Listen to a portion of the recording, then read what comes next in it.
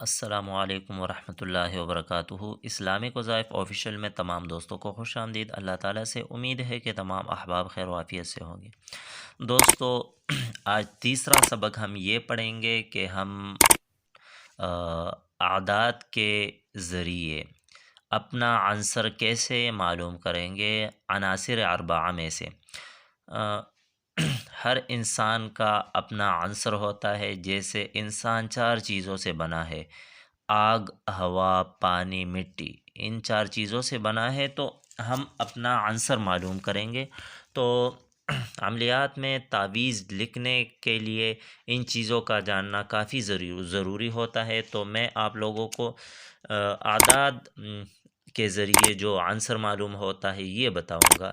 اس کے علاوہ ایک اور طریقہ بھی ہے جس سے ہم عنصر معلوم کر سکتے ہیں، لیکن میں صرف آپ لوگوں کو آج یہ بتاؤں گا کہ ہم اعداد کے ذریعے اپنا عنصر کیسے معلوم کریں گے۔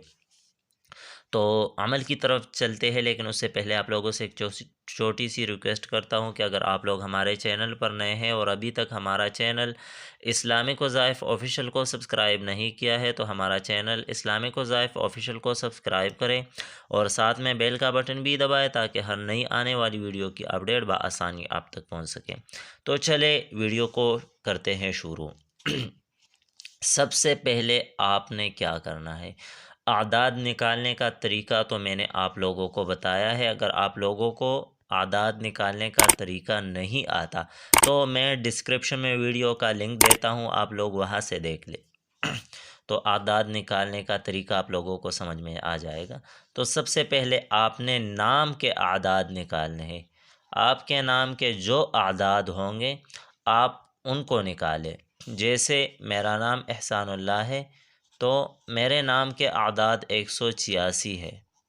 یہ میں نے آپ لوگوں کو بتایا بھی تھا۔ 186 کو اب ہم 4 سے تقسیم کریں گے، ٹھیک ہے؟ 4 سے ہم نے تقسیم کیا تو یہاں پہ 16 آ گیا، 2 رہ گیا، 5 چھ 20، 6 چھ 24، 2 رہ گیا، ٹھیک ہے؟ تو اب اس سے معلوم ہوگا یہاں اگر آخر میں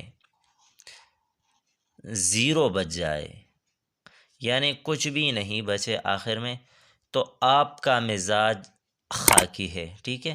0 رہ گیا، خاکی مزاج ہے۔ اگر 1 رہ گیا تو آتشی مزاج ہے آپ کا، عنصر آپ کا آتشی ہے۔ 2 رہ گیا تو بادی ہے۔ 3 رہ گیا تو آبی مزاج ہے آپ کا۔ اس کے موافق آپ نقش کو بھریں گے۔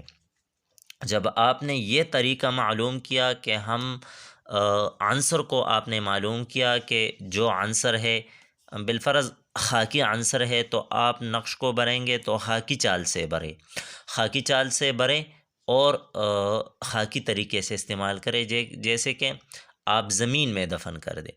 اگر آپ کا مزاج آتشی ہے تو آپ آتشی چال سے عمل کو لے کے تعویذ کو آپ آتشی چال سے لے کے اور آتشی کے طریقے سے استعمال کریں، جیسے آگ کے نیچے دفن کریں یا آگ میں ڈالیں۔ تو اسی طرح جو بھی ترتیب ہے نقش کا تو اسی ترتیب سے استعمال کریں۔ بادی ہے تو ہوا میں لٹکائے، اور آبی ہے تو پانی میں بہائے یا پانی کے قریب دفن کرے۔ تو اسی طرح ہی آپ نقش کو بھریں گے۔ تو یہ ویڈیو آپ لوگوں کے لیے کافی مفید ہے۔ اگر ویڈیو آپ لوگوں کو پسند آئی ہو تو ایک چھوٹا سا لائک ہمیں ضرور دے۔ اب میں اگلی ویڈیو تک اجازت چاہتا ہوں، دعا میں یاد رکھیے گا۔ اللہ حافظ۔